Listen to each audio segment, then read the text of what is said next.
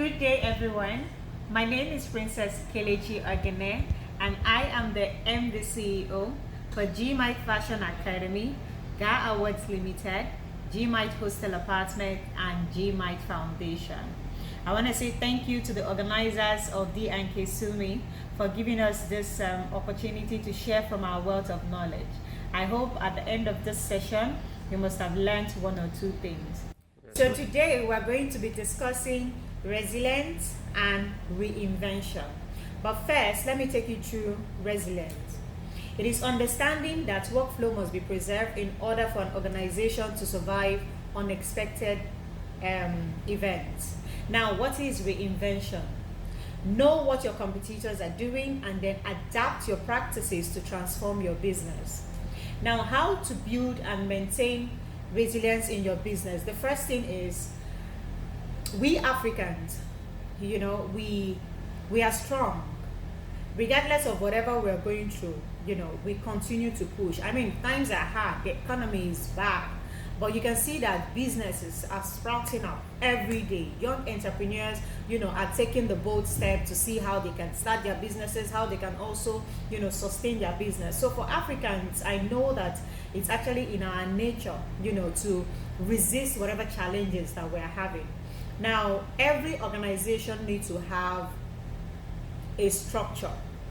It's easier to withstand, whatever is coming into or whatever attacks that we're getting if every company have a structure. Now, for GMYT Fashion Academy, for instance, we have heads of department. So we have a culture, we have our values, we have our mission. We're creating the next generation of fashion entrepreneurs who want to deliver, value to our customers. Now, how do we do that? Putting processes in place. I don't have to be at the office, for us to go through or take students through registration, submitting all their requirements, documentation, and even whatever process that they need to, complete their onboarding into the academy. Because we have like heads of department, we have the head of school, he's in charge of, managing everything about the academy and the students. We have the project manager, she's in charge of project management, when it comes to students doing their practicals, writing exam text and all of that. We have the ICT supervisor, and he has his own team as well. We're doing all the media publicity, creating textbook development, like a lot of processes that we've been able to put in place over the years. Now, without me or the head of school or the project manager, we also have sub-department heads. So if the company gets to a stage where it no longer requires an individual presence, it means the company have a structure. It means the company have succeeded in putting in culture in place that would outlive even the founder. Now every company needs that. You also need to have a leadership skill. Trust me, it's one thing to be an entrepreneur, and then it's another thing to also have the skills to manage the business or the path that you choose. Now, for you to be a leader, you have a lot of responsibilities resting on your shoulder. You have to take decisions on daily basis, and whatever decision you make can either influence your business positively, or it can influence your business negatively. So you have to do daily critical thinking. You have to do daily critical decisions. You have to make decisions on daily basis. You have to a lot, choose the right team, right? Know what the company needs to move to the next stage. You have to understand your competitors and make sure that you are doing more than what they are doing in terms of creating values for your customer. You have a lot of the team and the clients also depending on you. You have to lead by example. You have to what? There's actually a lot of responsibilities, that I, for one, I don't lead my team by telling them to do what I say. I actually lead to an extent by example, so they see me like involved, doing from the grass to, whatever. There's no department that I can actually not function in. Some days you're seeing me as a receptionist, the other day you're seeing me as a marketer, the next day you're seeing me, working with the ICT department, organizing graphics and all of that. So as a leader, you need to be involved. You need to be patient. There are a lot of times that, they will get on your nerves, but you need to be patient. They need to see that you also trust their decisions, right? If you have heads of department, they need to know that you trust their decisions to lead. So as a leader, you need to have some qualities, because that will determine the success of your business. Now, another thing we're also discussing today is change. It's important that we all adapt to change. So I give you an example. During the pandemic, or before the pandemic, we were just having physical sessions at school. So now we're discussing the academy. So we just had physical sessions, students come in, do their practicals, and then they go. But when the pandemic hit, we realized that, even the government created like some policies where we're not able to come together, because we actually have like a lot of students, and in a gathering we cannot have more than 20 or more than 50, and we have over 200 students. So what did we do? We decided to move with change. If there's anything that is constant in GMYT Fashion Academy as a company, is actually change. We move with the trend. We're constantly doing research, we're looking of how to put in more structures, we're learning, we're just not, static with whatever we're doing. So we decided to try online sessions, right? I called the team together, started brainstorming, and at the end of the day, we decided to do like a lot of videos, a lot of free sessions, video, master classes, and even the practical video. We took our time to make sure that even those that were not comfortable with attending online classes, because they believed they could get more benefit from attending the physical class, we made the videos so simplified, that they were able to relate to it. And trust me, 2020 was the best graduation I think we ever had. So, but the ability to adapt, the ability to accept that times have changed, so we needed to move, was one thing. Now the next thing was to act, take a step. So we decided to, try the online session, and trust me, today we are actually not only getting funds from the online session, but our students are getting even more benefits, because they're entitled to both the online and the offline session. So that's just one example. We stayed in the game. We actually launched, even, we expanded the school even during the pandemic. But imagine if we had waited, thinking, oh, our life is over because of the pandemic. I mean, no one expected that the pandemic would hit, the world as much as it did. We've never experienced it before, So, but because we were able to move, we, at least today, by the grace of God, I can say, that was a good decision. I mean, it was a big risk that we took. We invested a lot, buying, Wi-Fi and all of that, paying extra salaries, and I mean, going out of place to see how we can also learn, one or two things to execute the skill. So it was good that we took that decision. So I also want to encourage all young entrepreneurs, try to learn as much as you can learn. Don't be static. Don't say this is the knowledge I have and this is the best. Try and learn, re-unlearn, learn again, just try, take risk, and don't just be static with your business. Move with trend. Like I said initially, know your competitors, get to find out what they're doing. We call it healthy research, healthy competition, right? Know what they're doing, see how you can create more values, to your clients. Just change, make positive change in your business, hire the right team, let experience guide you, to know what your business needs, and then be open to, to that change.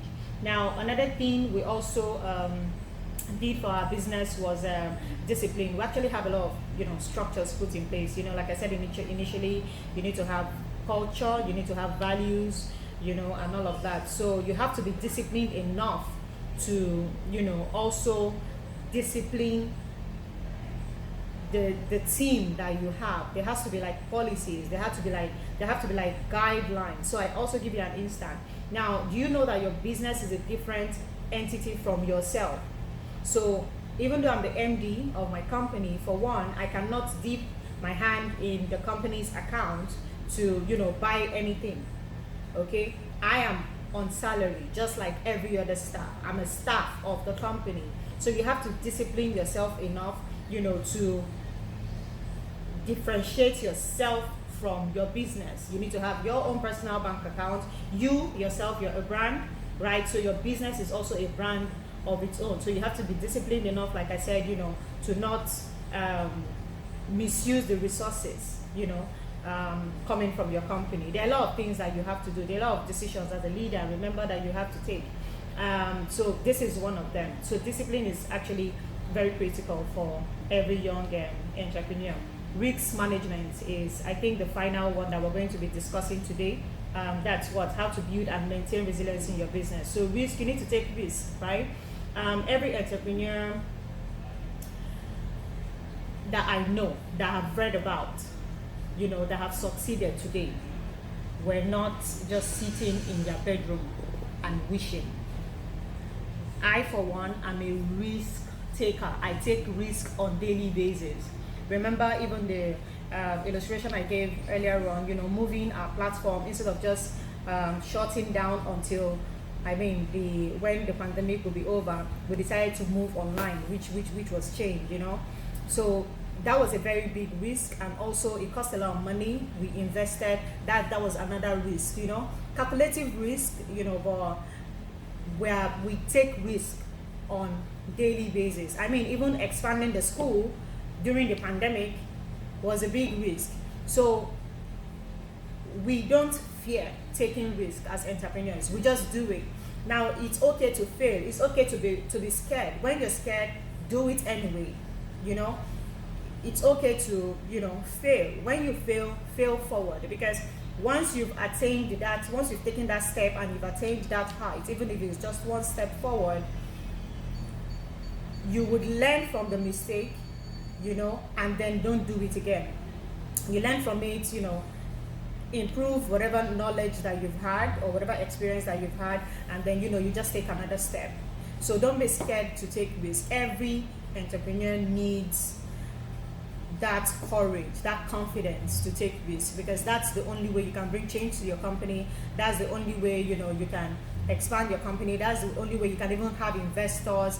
That's the only way you can, you know, also trust partners to come in. You just have to take risks if you really want your business to grow. So the next we're going to be discussing some ways to reinvent your business. Now, you know that social media platform is the next big thing. I mean, for me, I feel like it's one of the greatest blessings God has given us. 99.9% of the students we have today are actually from social media. Taking advantage of technology is one of the best things that can happen to your business. It's saving you money, because then I mean, all young entrepreneurs now have online stores. So it's saving you rent, it's saving you some, you know, a lot of, you know, salaries. And then you're reaching a wider audience with just one click. So you have to take advantage of social media presence. I mean, they have a lot. There's Facebook, there's Instagram, there's Twitter. There's actually a lot of them. So why wait until you have 1 million naira before you even start your business? You know, let your presence be known on social media. There is, in fact, once you're creative, once you have skill, you should be fine. As long as you have technology, as long as you're familiar with technology. So if you don't know how to go about social media, if that's not your strength, you know, you have to employ the team that can help you manage it. Otherwise, you go for the cost. But if you want your business to move to the next level, then you have to take advantage, you know, of social media. Technology, I mean, look at it. This video, I'm not, you know, in this event physically, but just, you know, having to do this video and you also getting to see it is the power of technology. So this is something that, you know, I want all young entrepreneurs to take seriously. Social media, don't just, you know, let it be about snapping pictures and doing all the selfies and all of that. Let it be your business too. Okay, so I already said it initially, you need to implement operational processes. If the business is depending on your presence, then you are not there at all. You need to put in a lot of structures in your business, have the accounting department. You can also outsource it, have the administrative department. You can also outsource that, or you just get, a bookkeeping staff. But your business needs to have records, right? You need to know your income and expenses. You need to know, it depends on the business that you're doing, right? So you just need to have like administrative processes, and then whatever your business requires. Your experience would tell you, or your intuition. Just follow your intuition, basically. So you have to be creative with your pricing as well. Remember I said change, okay? We do a lot of adverts, so it depends on the expenses we're also having. So today we're doing a promo, the next day, we're back to tuition fee, the full tuition fee. So it depends on the target market that you have, and also the customers that you are targeting. So if you if the quality of your outfit or what you have made is, say, maybe 100,000, you have to be creative enough, to make sure that when your clients are paying for the 100,000 naira outfit, they feel like they are getting value for their money. They actually feel like they are paying less, but they are getting more. That way you can actually retain your clients and still, be competitive with your competitors. So you don't just, whatever price you put, on any particular product that you're selling, any particular service that you're actually giving out, just make sure that your client feels that they're getting more value than what they are paying for. Also look at, now I'm not saying you should always do discount. You just make sure that you factor, that's where the administrative processes come in. Just make sure that you factor all your expenses, your cost price and all of that, utility bills, salaries. After you do your maths, then you should be able to come up with a figure. But know what your competitors, like I said, are charging, and then just try as much as possible to give more value, and then you should be fine. Once you're creative with your ads, marketing, the way you're packaging, all those things are also important. You can give like little gifts, maybe when they buy one they get, or when they buy two they get one free, like things like that. But make sure that whatever you do, you are not undercharging your clients. It's important that you're not undercharging your clients, otherwise you'll be running into loss, and then it becomes not sustainable.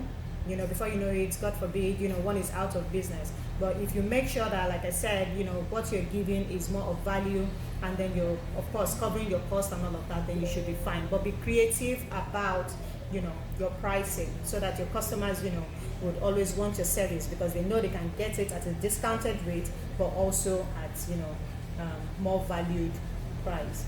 So a lot of companies that have reinvented their businesses, okay? I already gave you an instance, GMYT Fashion Academy, how we transformed from just being having a physical session into now combining online and physical session, with what happened during the pandemic. We also have YouTube. You can see what YouTube is doing.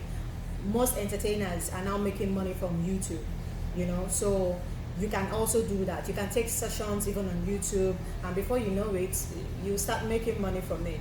You can also learn from YouTube, so that's just two companies that I think, but you should do more research. Get a mentor. You should get a mentor. Look at people that have actually crossed the path or gone through the paths, that you are looking to take.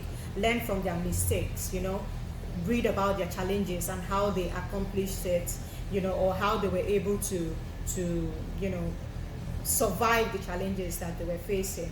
That way you're already one step ahead of your competitors. So I hope you're able to learn one or two things today.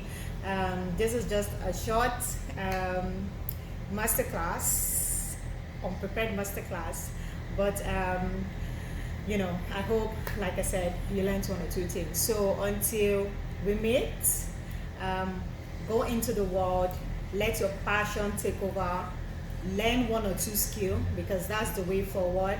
Take risk, don't give up. Resilience, don't give up. It can only get better. As entrepreneurs, it will never get easy, but it can only get better. So try as much as possible to be disciplined, okay? Take advantage of social media, and be good. God bless you. Have a blissful day. Bye.